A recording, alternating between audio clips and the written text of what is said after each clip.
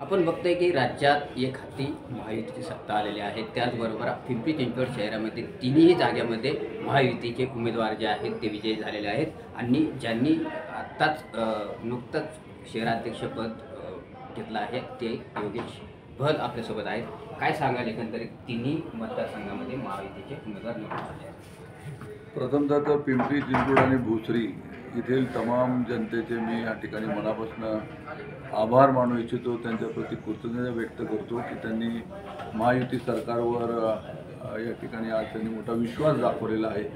आपण पाहिलं असेल की मागच्या 2.5 वर्षामध्ये महायुती सरकारने जे निर्णय घेतलेले आहेत, जनहितास्तव निर्णय घेतलेले, जनतेसाठी निर्णय घेतले, मग लाडकी बहीण असेल, शेतकरी बांधव असेल, कामगार असेल, मागासवर्गीय आमच्या विद्यार्थिनी असतील, विद्यार्थी असतील, ज्येष्ठांची जी योजना केलेली आहे, महिलांना त्यांना बस प्रवास असेल किंवा भाड्यामध्ये 50% मोफत सवलत, त्याचबरोबर 3 सिलेंडरची योजना, अशा पद्धतीने आणि बेरोजगार लोकांना भत्ता, त्यामुळे अगदी युवकापासून महिलापासून ज्येष्ठांपर्यंत की अशा वेगवेगळ्या लाडकी लेक अशा पद्धतीने अगदी लाडकी लेखापासून तर लाडकी बहीण आणि ज्येष्ठांसाठी ज्या योजना आहेत, मागासवर्गीय विद्यार्थ्यांसाठी उच्च शिक्षणासाठी ज्या योजना आहेत, शेतकऱ्यांना वीज दरामध्ये जी सवलत दिलेली आहे, हे जे सर्व धोरणात्मक निर्णय त्यांनी घेतले। शिवाय विविध महामंडळेसुद्धा नवीन महामंडळे निर्माण केलेली आहेत।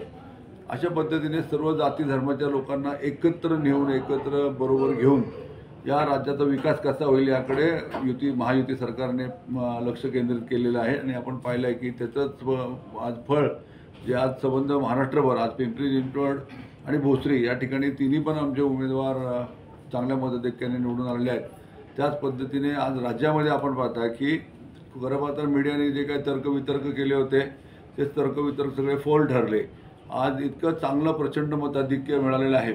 अजितदादांचं वैशिष्ट्य सांगायचं म्हणून तर साधारणतः 55 सीट त्यांच्या वाटेला आलं तर त्यापैकी साधारणतः 40% म्हणजे जवळपास 73% यश त्यांना मिळालेलं आहे। असं खूप मोठा यश आहे आणि एवढा मोठा यश मिळाल्यामुळे आमची महायुतीच्या सर्व नेते मंडळींना, आदरणीय पंतप्रधान मोदी साहेबांना आमचा आग्रहाचं एक मागणं असणार आहे, एक विनंती असणार आहे की आमच्या या युवा डॅशिंग नेत्याला या राज्याचं मुख्यमंत्रीपद द्यावं, त्यांना मुख्यमंत्री करावं अशी आमची आग्रहाची मागणी आहे।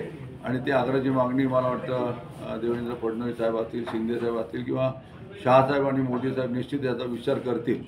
निश्चितच आपण बघतोय की गेल्या काही दिवसापासून अजितदादांचे जे बॅनर आहेत ते चर्चेत होते की मुख्यमंत्री व्हावं, मात्र पिंपरी चिंचवडला आत्तापर्यंत मंत्रिपद मिळालं नाही। काय मागणी असेल? निश्चितच पिंपरी चिंचवडला मंत्रिपद मिळावं ही सुद्धा आग्रहाची आमची मागणी आहे।